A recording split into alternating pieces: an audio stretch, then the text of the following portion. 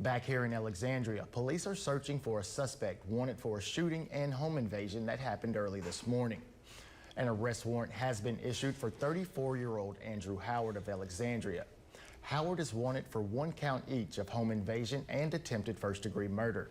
APD received a call around 12:50 this morning about someone being shot at an apartment complex on Lakeside Drive.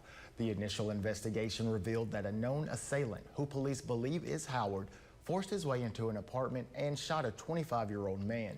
The victim and another person inside the apartment managed to get away and called police.